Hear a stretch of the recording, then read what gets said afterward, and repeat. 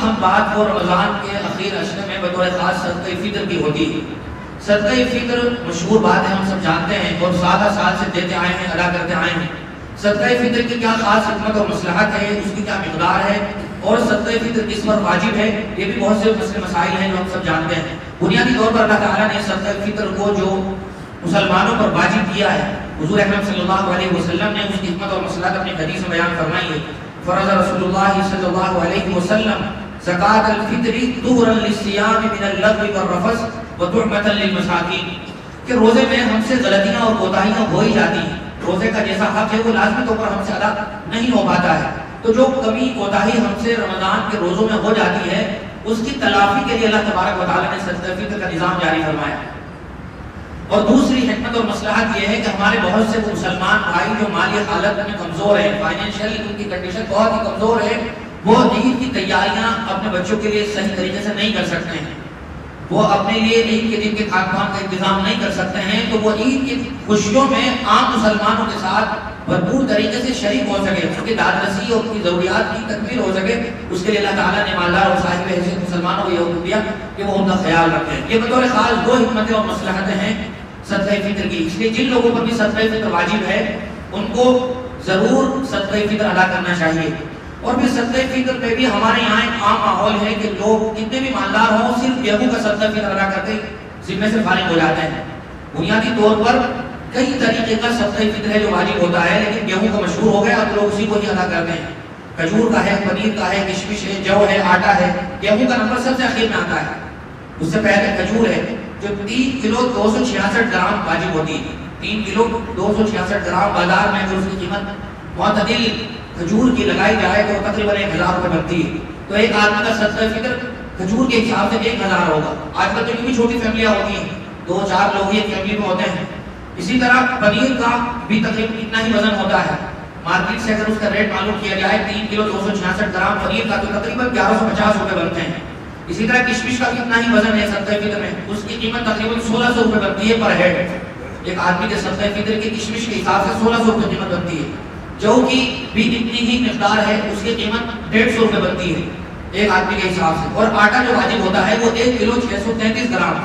اس کو احتیاط کے ساتھ 2.25 کلو کہہ دیا جاتا ہے، وہ واجب ہوتا ہے، اس کی قیمت عام طور سے 90 روپے ہے۔ اور اخیر میں سب سے گیہوں ہے جس کی قیمت تقریباً 75 سے 80 روپے کے بیچ میں ہوتی ہے، 2.25 کلو گیہوں واجب ہوتے ہیں۔ اب ہر آدمی اپنے نفس کا جائزہ لے سکتا ہے کہ اللہ تعالیٰ نے مجھے کتنا نوازا ہے، مجھے صرف 75 روپے دینے چاہیے، یا یہ کہ مجھے اپنے بچوں کی مصیبتوں سے حفاظت کے لیے، اپنے گھر کو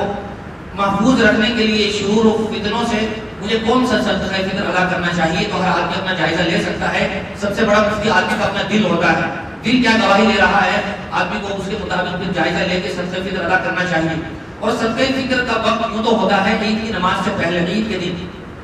لیکن اگر عید کے دن عید کی نماز سے پہلے صدقہ فطر ادا کیا جائے تو جو مقصد ہے اصل وہ فوت ہو جاتا ہے، آدمی اپنی ضروریات پوری نہیں کر سکتا جس کو صدقہ فطر دے رہے ہیں، ویسے دے رہے ہیں۔ تو بہتر ہے کہ رمضان کے اخیر اشرے میں ہی صدقہ فطر نکال دیا جائے۔ ایسے لوگوں کو ڈھونڈ کر یا جان کر پوچھ تاچھ کر کے اپنے دوسرے رشتہ داروں سے، معتمد اور بھروسے مند لوگوں سے کہ کن تک ہمارا یہ صدقہ فطر پہنچ سکتا ہے جو ضرورت مند اور وہ اپنی ضرورت پوری کر سکیں، یہ ہمیں باقاعدہ چھان بین کر کے دینا چاہیے۔ جس طرح دنیا کے معاملے میں تحقیقات کرتے ہیں، اچھے ڈاکٹر کی تلاش کرتے ہیں، اچھے اسکول کو تلاش کرتے ہیں، اسی کی طرح ہم اچھے کوچنگ سینٹر کو تلاش کرتے ہیں، تو یہ بھی باقاعدہ شریعت کی طرف سے ہم پر ایک عام فریضہ ہے جو یوں ہی نازل نہیں کر دیا گیا، بلکہ جو اس کی خاص حکمت اور مصلحت ہے وہ یہی ہے۔ بہت سی مرتبہ لوگ سر کا بوجھ اتارنے کے لیے بازار میں بھیک مانگنے والوں کو صدقہ فطر دے کے سمجھتے ہیں کہ ہم اب فارغ ہو گئے، تو بہت سی مرتبہ ہمارا صدقہ فطر صحیح لوگوں تک نہیں پہنچتا ہے۔ پہلے بھی یہ بات کئی بار ذکر کی گئی، خاص طور سے گھریلو خواتین وہ یوں ہی مانگنے والیوں کو دے دیتی ہیں، وہ سارا سال مانگتی ہیں، کوئی دن ان کا نادا نہیں ہوتا ہے، وہ دینے والوں سے زیادہ مالدار ہوتی ہیں، تو ان کو دینا نہیں چاہیے۔ آدمی کو باقاعدہ ضرورت مند جو صحیح معنی میں جنرل لوگ ہیں ان تک اپنے زکوٰۃ کو اور اپنے صدقات کو پہنچانا چاہیے۔ یہ صدقہ فطر کا خاص موقع ہوتا ہے، لہذا ہم اس کو اپنی طرف سے اور اپنی نابالغ بچوں کی طرف سے ادا کریں۔ جو بالغ ہیں اگر وہ خود صاحب حیثیت ہیں تو وہ خود ادا کریں، لیکن اگر ان کی طرف سے بھی ان کے گھر کے ذمہ دار والد یا والدہ ادا کر دیتی ہیں ان کی اجازت سے تو بالغ اولاد کی طرف سے بھی ادا ہو جائے گا، لیکن گھر کے سربراہ اور والد پر اپنے نابالغ بچوں کی طرف سے اور اپنے گھر کے افراد کی طرف سے یہ صدقہ فطر واجب ہوتا ہے، جس کا نکالنا نہایت ضروری ہے۔ یہ چند چیزیں وہ ہیں جن کا تعلق بطور خاص رمضان کے اسی اخیر عشرے سے، سال کے دیگر اوقات میں تو ہم صدقات و فطر ادا کرتے ہی رہتے ہیں، لیکن وہ عمومی صدقات ہوتے ہیں۔ صدقہ فطر صرف رمضان کے اسی موقع پر دیا جاتا ہے۔ اگر کوئی آدمی عید کی نماز سے پہلے صدقہ فطر نہیں دے سکا اور وہ پھر بعد میں دے گا تو اس کی حیثیت عام صدقے کی ہو جائے گی، صدقہ فطر کی حیثیت اور صدقہ فطر والا ثواب بھی باقی نہیں رہے گا۔ لہذا ہمیں کوشش کرنی چاہیے کہ وقت رہتے ہم صدقہ فطر کو ادا کر دیں۔ اللہ تعالی ہم سب کو پوری اہمیت کے ساتھ صدقہ فطر اور زکوٰۃ کو نکالنے کی توفیق نصیب فرمائے۔